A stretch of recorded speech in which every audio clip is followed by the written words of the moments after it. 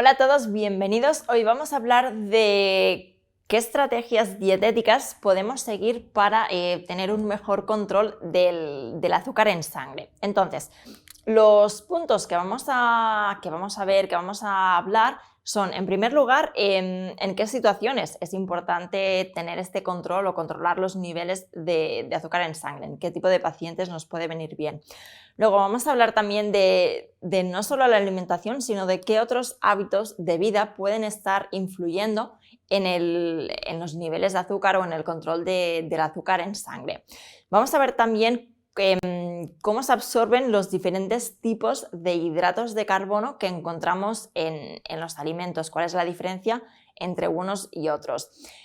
Vamos a ver también, en casos donde nos interese controlar este azúcar en sangre, cuáles son los alimentos que debemos potenciar más y, por contra, cuáles son los alimentos que deberíamos evitar o deberíamos limitar un poquito más.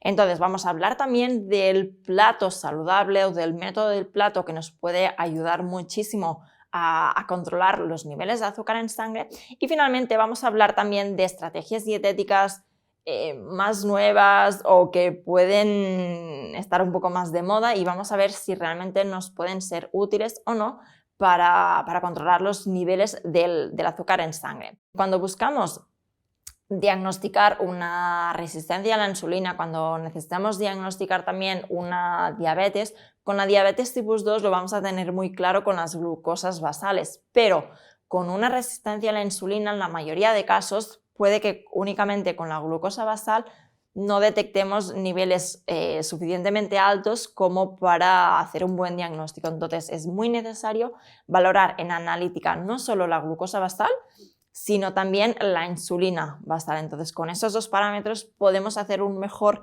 diagnóstico o podemos valorar muchísimo más cómo está la situación a nivel de absorción de glucosa o de resistencia a la insulina. Es muy importante trabajar de manera integral, no solo la alimentación, sino actividad física también y el resto de hábitos.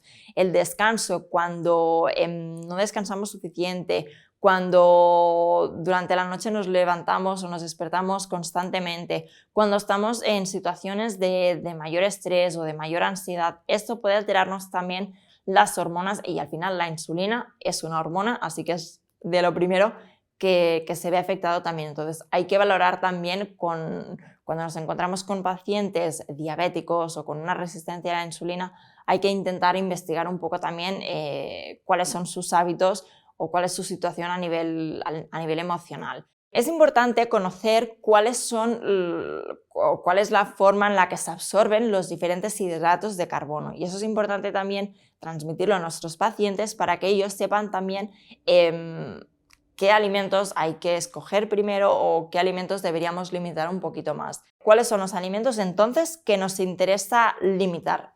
Precisamente todos los que tengan un hidrato de absorción muy rápida y que en sí tampoco nos aporten muchos nutrientes. Es el caso, por ejemplo, de bollería, y dentro de bollería incluimos también galletas, aunque sean galletas integrales, de por sí los ingredientes no es que sean tampoco muy saludables y al final son hidratos también de absorción rápida, aunque lleve fibra, no deja de ser galleta, entonces las incluimos también dentro de la categoría de bollería. El método del plato, el plato que conocemos como se llama el plato saludable de Harvard, es una forma muy útil de trabajar cantidades y trabajar proporciones también con este tipo de pacientes.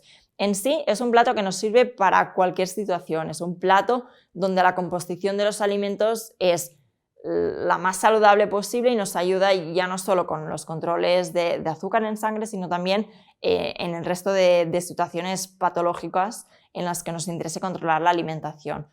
El ayuno intermitente principalmente se basa en, la palabra lo indica, en dejar un tiempo de ayuno.